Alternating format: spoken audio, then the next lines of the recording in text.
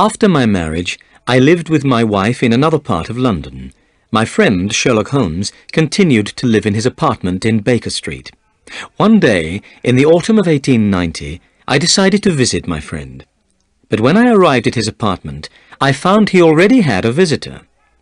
This visitor was an old man. He was fat, with a red face. But the most unusual thing about him was his hair. The colour of the old man's hair was bright red. "I'm sorry, Holmes," I said. "I didn't know you were busy. I'll wait in the next room." But Holmes didn't want me to leave. He pulled me into the room and closed the door. "This is my friend, Dr. Watson," he said to the old man. "Dr. Watson has helped me with many cases. Perhaps he can also help me with yours." "I'm very interested in your cases, Holmes," I said. "This is Mr. Jabez Wilson," went on Holmes. The old man nodded to me. "Mr. Wilson has come to me with a very unusual story. It's the most interesting problem I've heard for a long time. Mr. Wilson, could you please tell your story again from the beginning? I'd like Dr. Watson to hear it." Mr. Wilson pulled an old newspaper out of his pocket. He opened the paper on his knees and turned to the advertisement page. He ran his finger down the advertisements and pointed to one of them. "Here," he said, "this is how everything began. Read it for yourself, Dr. Watson." I took the newspaper from Mr. Wilson. It was the Morning Chronicle and was 2 months old. I read the advertisement. "The Red-Headed League. Another vacancy is open for someone wishing to become a member of the League.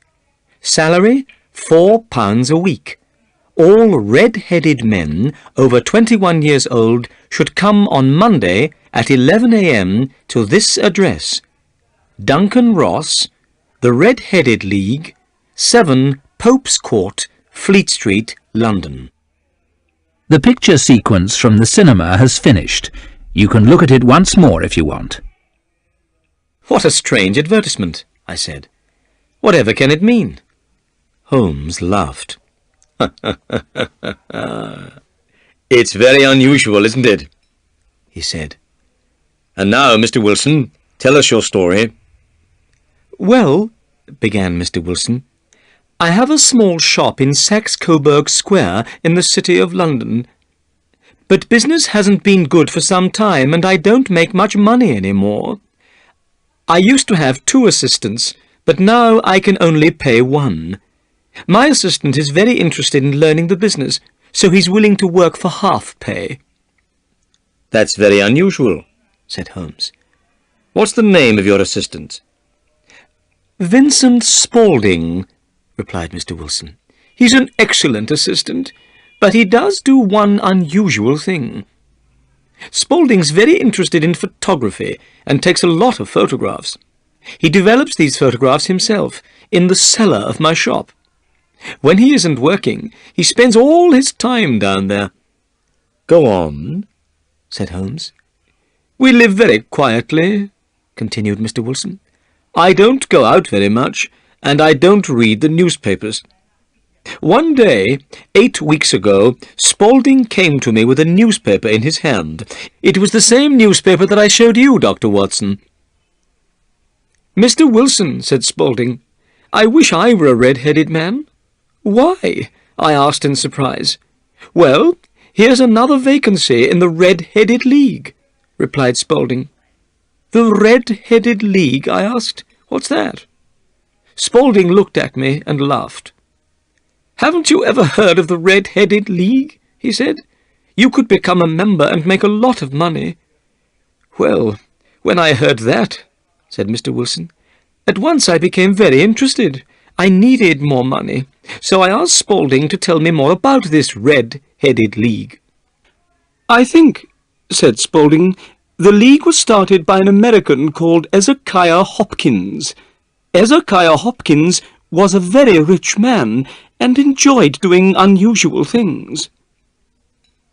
Hopkins was red-headed himself and liked all other red-headed men. So when he died, he left his money in his will to help red-headed men. The money was used to start the Red-Headed League.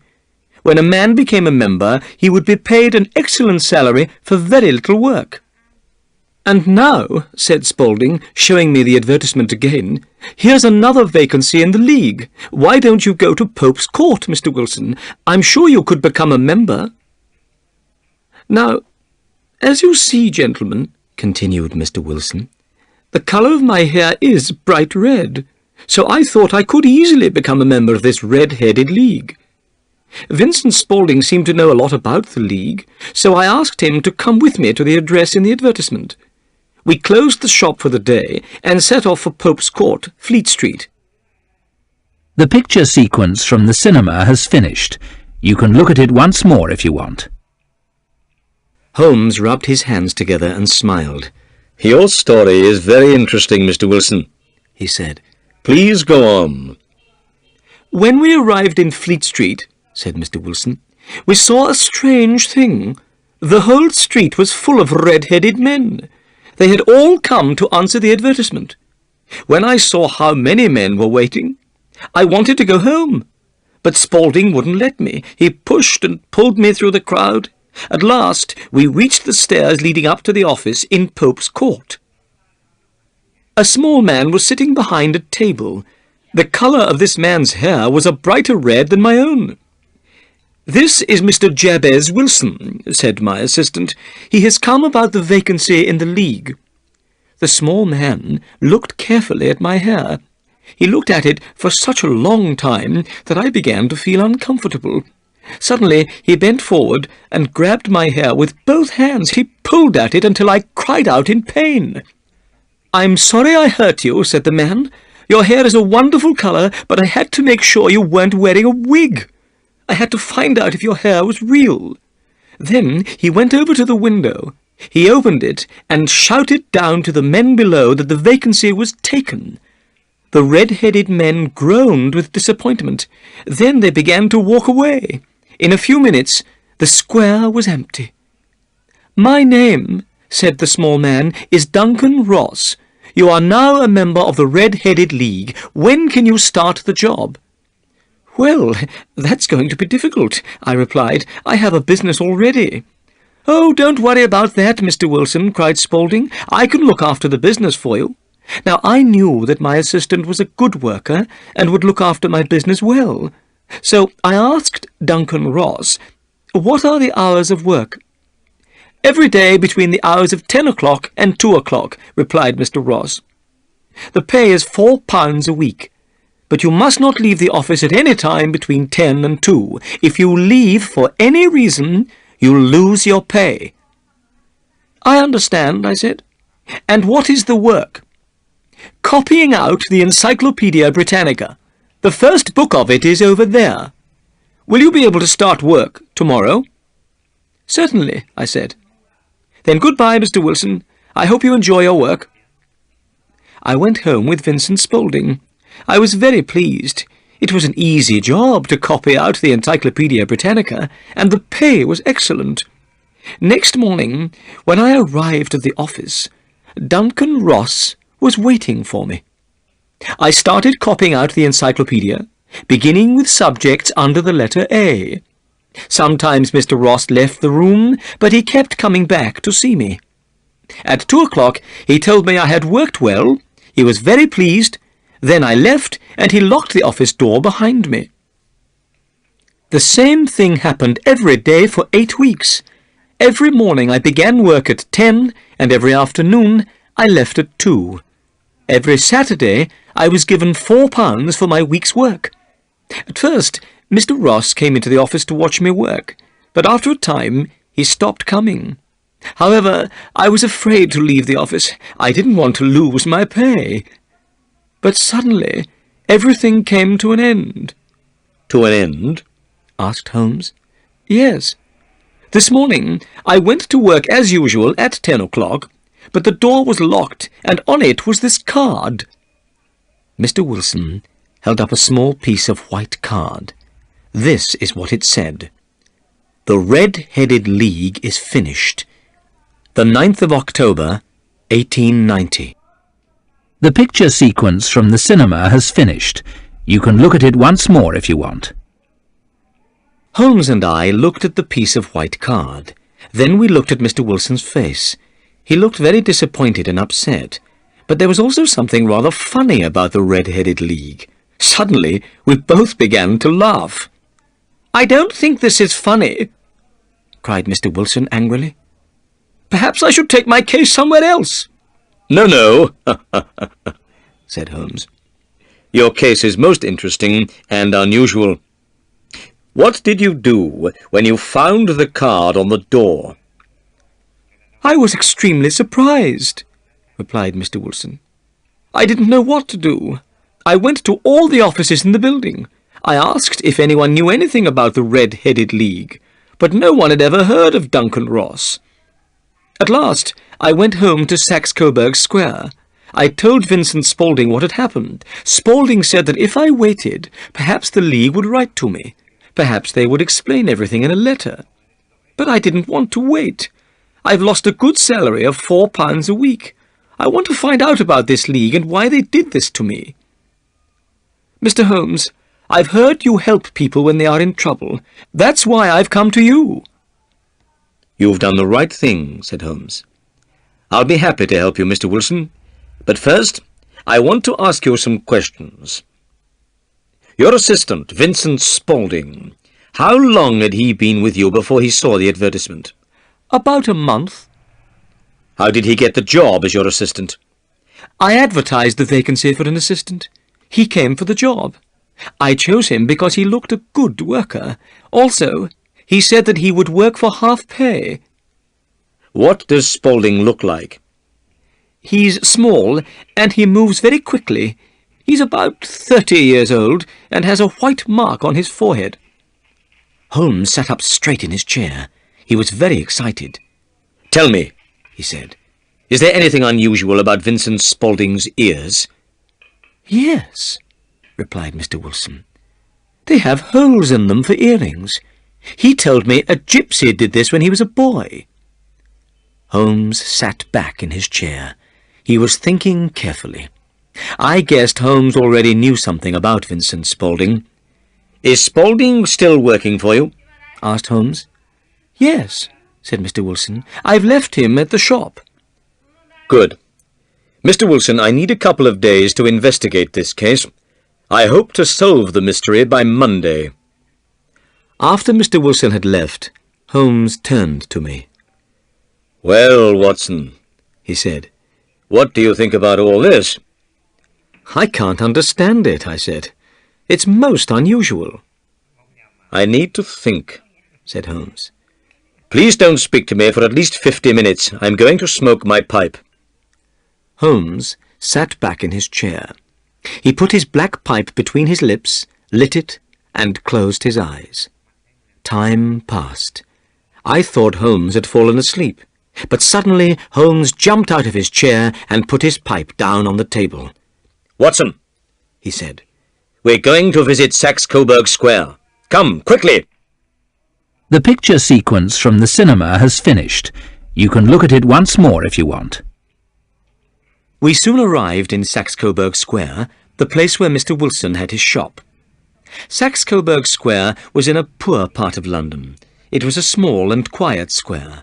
On each side of the square stood a line of old houses. In the middle of the square was a small garden with grass. Sherlock Holmes stopped outside one of the houses on the corner of the square. On the wall of this house there was a brown notice with the words Jabez Wilson in white letters. Holmes walked up and down and examined all the houses carefully. Then he returned to Mr. Wilson's house. Suddenly he hit the pavement outside the house with his stick. Then he went up to the house and knocked on the door. Immediately it was opened by a young man. This was Mr. Wilson's assistant, Vincent Spaulding. "Excuse me," said Holmes. "can you please tell me the way to the Strand?" "Go down the 3rd Street on the right," answered the assistant quickly. Then he closed the door. "That's a very clever young man," said Holmes, as we walked away. "I know something about him. I believe he's the 4th cleverest man in London." "It is clear," I said, that Mr. Wilson's assistant plays an important part in the mystery of the Red-Headed League. Did you ask the way to the Strand in order to get a look at him? No, said Holmes. but I wanted to look at the knees of his trousers. The knees of his trousers? I cried in astonishment. Well then, Holmes, why did you hit the pavement? Watson, said Holmes. we haven't time to talk now. We've seen the front of Saxe-Coburg Square. Let's now investigate the street at the back. We went round the corner and walked to the street at the back of Mr. Wilson's shop. We were immediately in one of the busiest and most important streets in the City of London. A line of expensive shops and important businesses were on the side of the road. Hundreds of people were hurrying along the pavements, and the roadway was busy with traffic. It was hard to believe that Saxe-Coburg Square, with its poor old houses, was immediately behind the important buildings of this busy street. Holmes looked along the line of buildings. This is very interesting, Watson, said Holmes. There's a tobacconist's, a newspaper shop, a restaurant, and... ah, yes, the offices of the City and Suburban Bank. I could see that Holmes was very excited. Well, Watson, I have some work to do that will take a few hours, Went on Holmes. This case at Saxe-Coburg Square is serious. Serious? I said.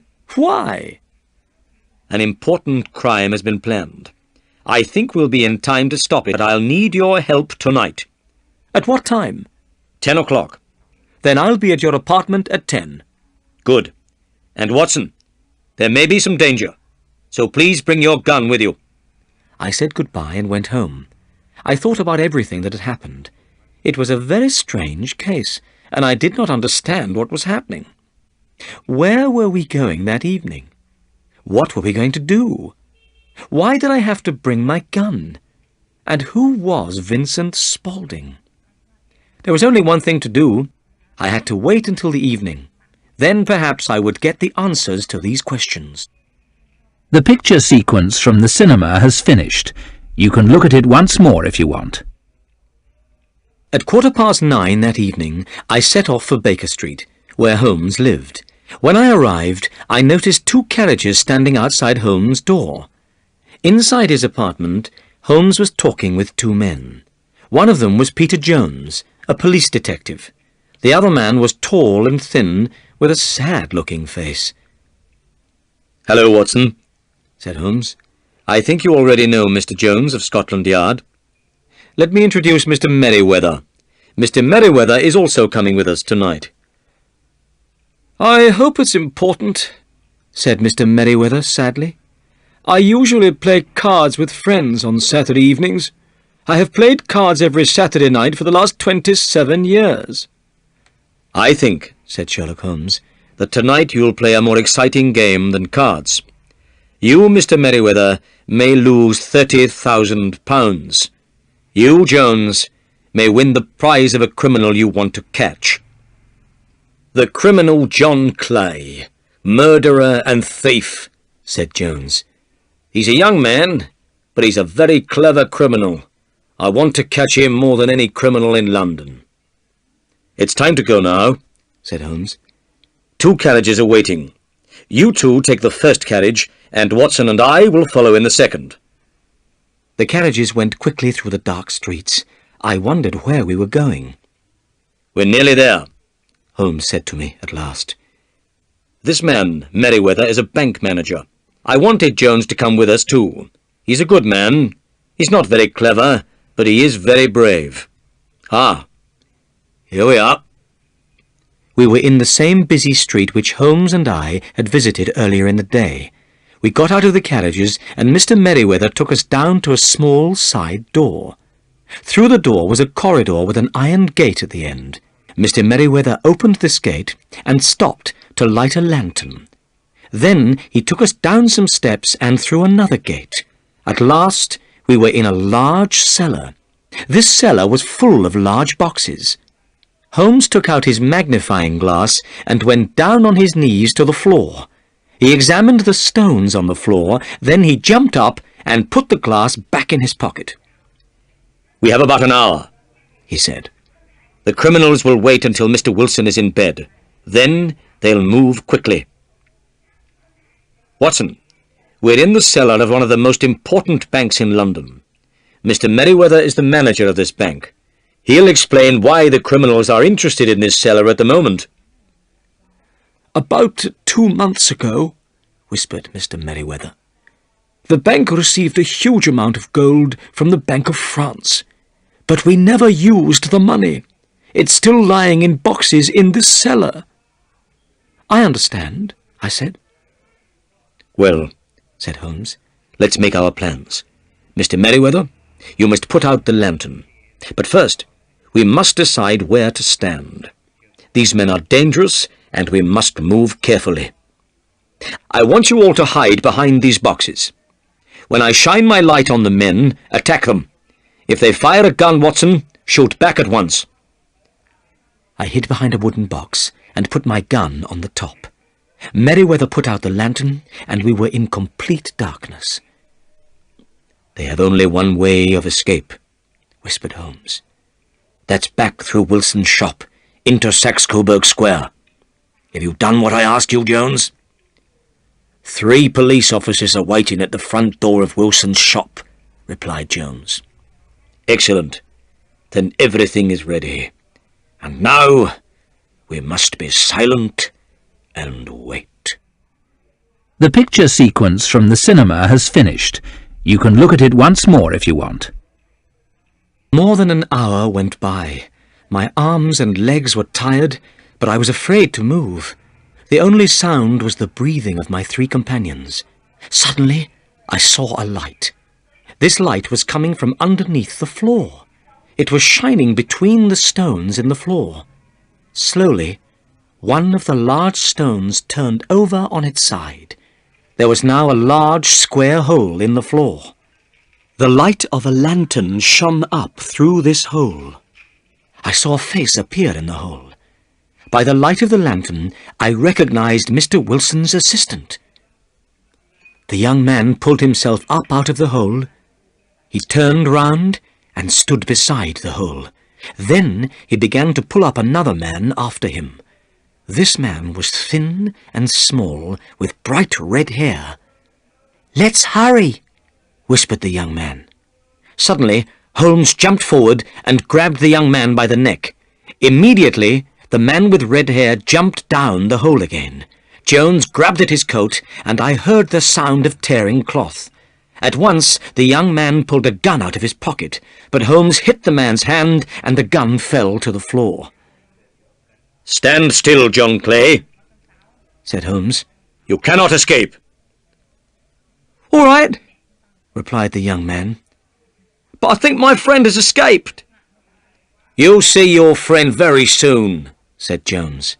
"There are 3 policemen waiting for him at the front door. Now then, John Clay, please hold out your hands. I'm going to take you to the police station." Jones put the handcuffs on John Clay's wrists, then led him upstairs. Holmes, Mr. Merryweather, and I followed them from the cellar. "Mr. Holmes," said Mr. Merryweather, "I don't know how the bank can thank you. You've stopped a very serious crime."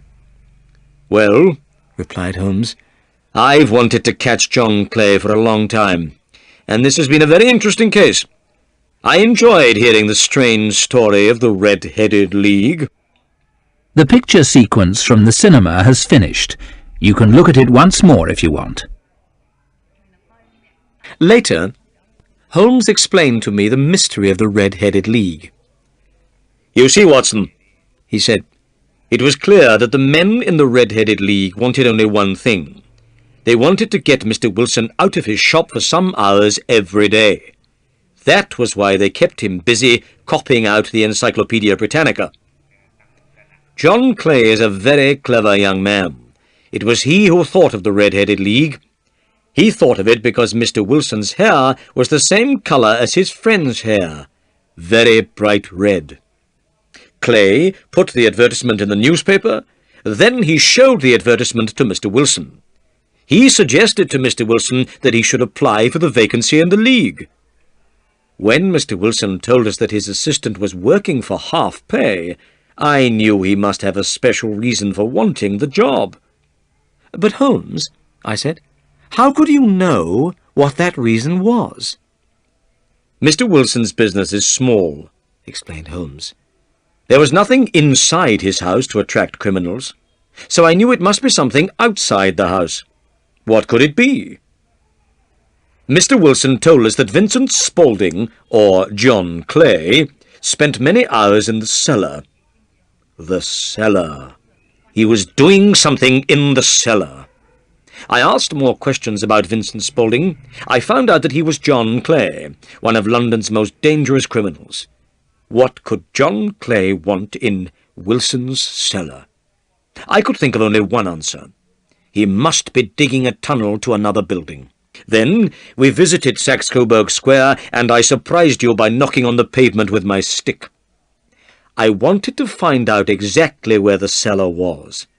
I knew from the sound my stick made that there was no cellar in front of the house. Then I rang the doorbell, and Clay answered it. I saw that the knees of his trousers were dirty. Clearly he had been digging for many hours. But what was he digging for? I walked round the corner, saw the City and Suburban Bank, and knew that I had solved the problem. When you went home, I visited Jones and Mr. Merryweather and asked them to come with us tonight. How did you know the criminals would try to rob the bank tonight? I asked. When they closed the Red-Headed League office, said Holmes, I knew the tunnel was finished. The criminals were ready to move. Today is Saturday. No one would come to the bank until Monday. If they took the gold tonight, they would have 2 days for their escape. Excellent, Holmes, I cried. You have been very clever. You have solved another difficult case.